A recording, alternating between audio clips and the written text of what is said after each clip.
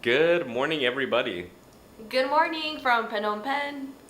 Today's gonna be another kind of difficult day, so we're gonna start off with some emotional support bao buns. Take me on a big adventure, baby. If we stay together, we can stay young forever.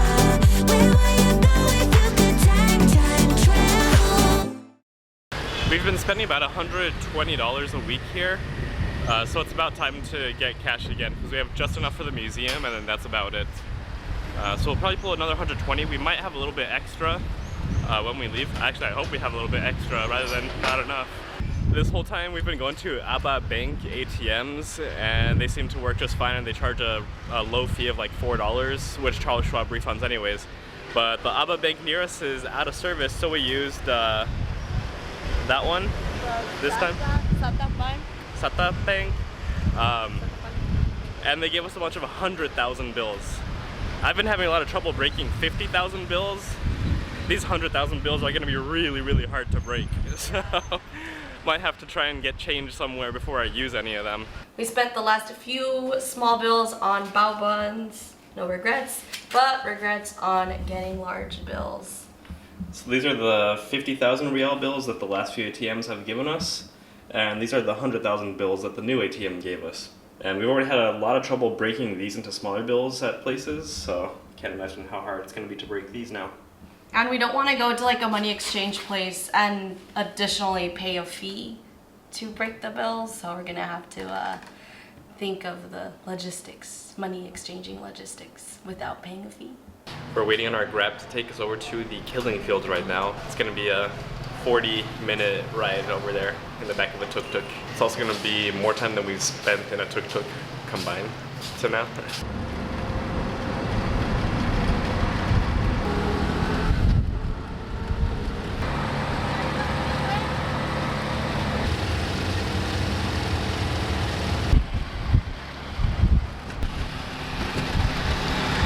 So that was our longest tuk-tuk ride, and I was a little concerned, but it was actually a lot of fun. It was kind of fun looking at all the other tuk-tuks and motorcycles and people and markets and everything going by.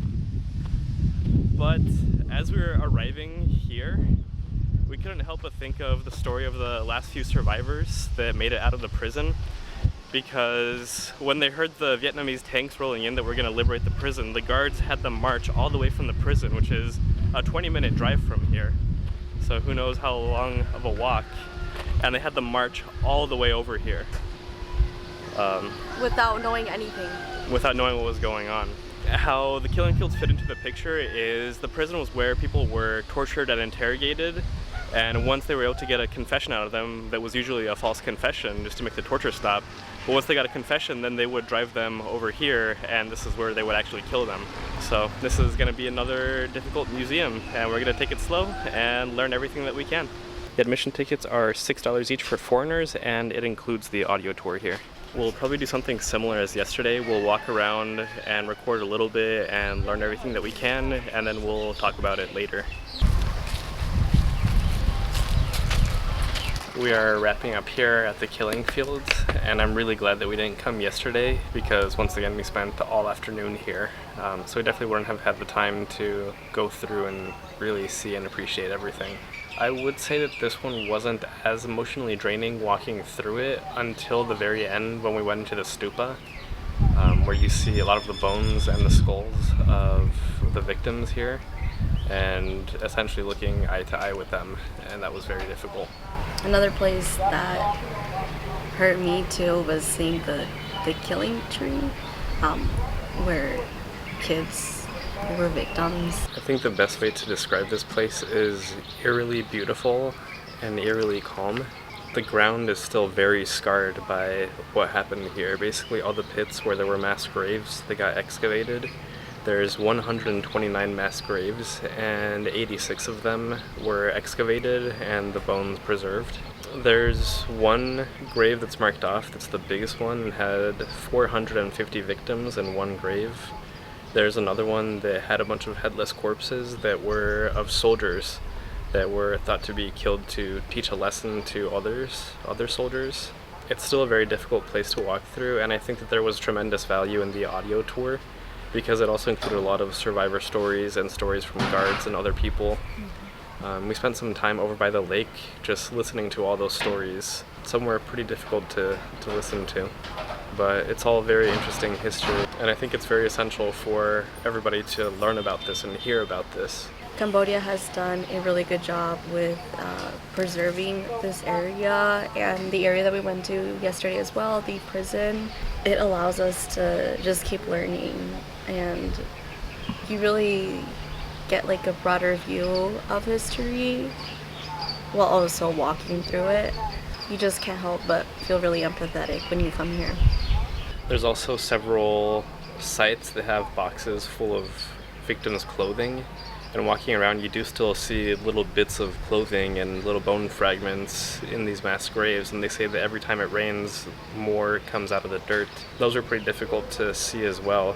It's just really humanizing to see the clothing that people were wearing.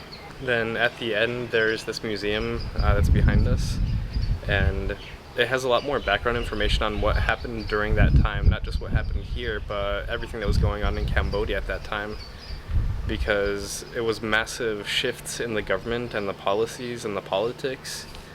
And this is just a small piece of the puzzle. This killing field and the prison were just a small piece of the puzzle. There were many more prisons and hundreds more killing fields across Cambodia. So they put a lot of effort into preserving this one and preserving the prison just to keep the memory alive and keep the memory of everyone that suffered during that time alive. But there is so much more that went on during this time, and it's such a huge piece of Cambodian history and history in this part of the world.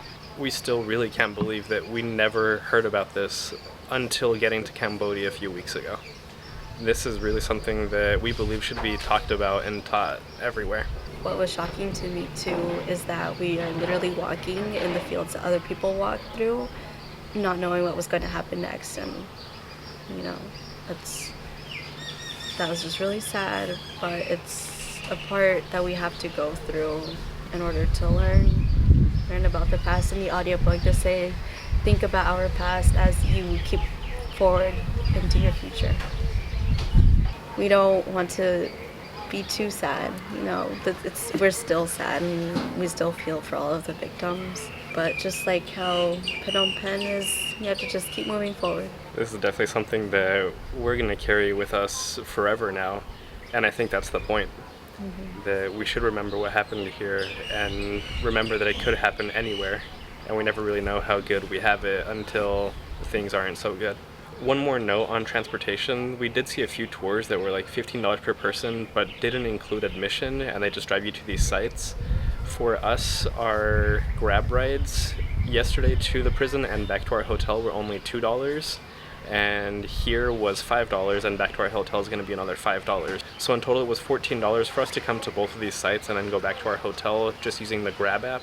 So significantly cheaper than tours. You don't even get a tour guide and you don't get admission. So I think you're much better off just coming on your own, and that way you can also spend the time that you feel like you need to really appreciate these sites, and you're not really getting rushed around by some tour. So on that happy note, we're gonna head back to our hotel and regroup. We haven't really eaten anything today, just the bao buns, so we're feeling pretty hungry. So we're gonna head back and regroup, and we're gonna figure out food.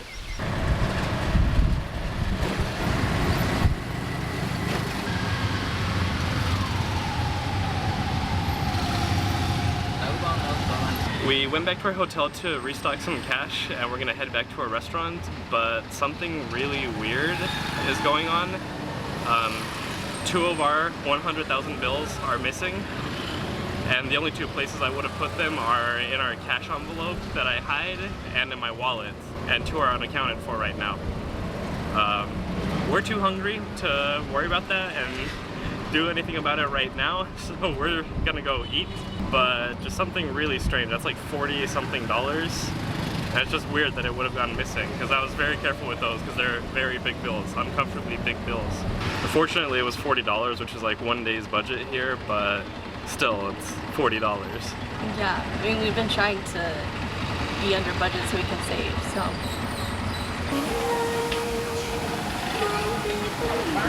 We came to Piset's Cali Burrito, and I've been missing Mexican food the whole time, so hopefully this will fix that.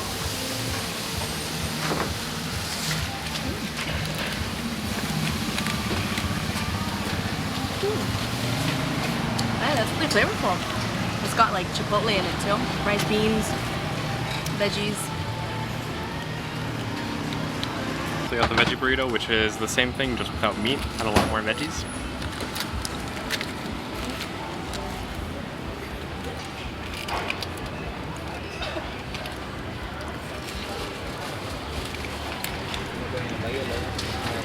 You just need the pepper. Pretty good. Yeah, it needs some chili, but it has a lot of really good flavor in it.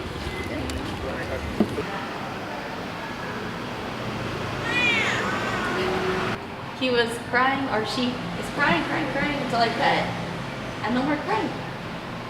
See? It's not that bad. Do you like it with the tail? Now we think it's gonna rip my pants. I know, kitty cats.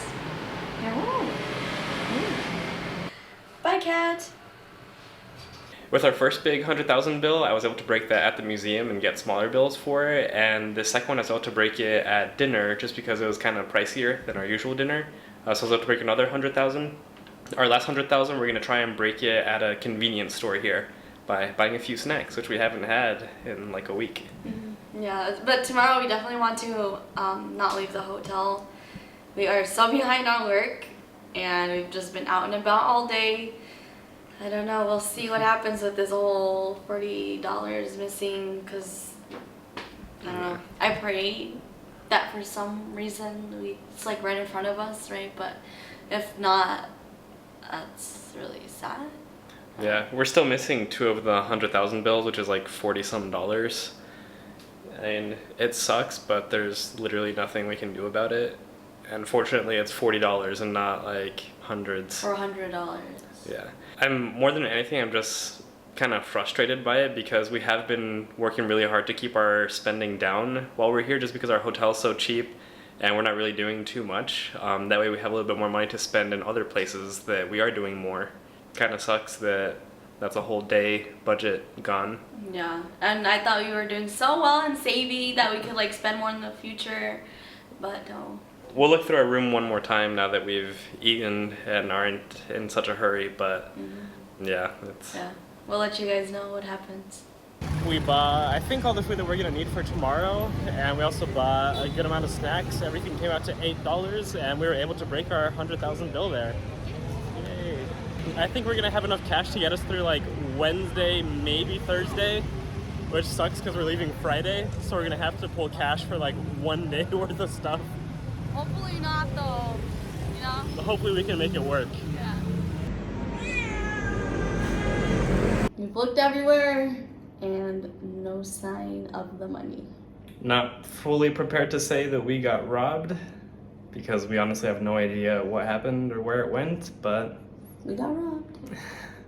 so we're just putting it out there in the universe that somehow, some way, it finds its way back to us.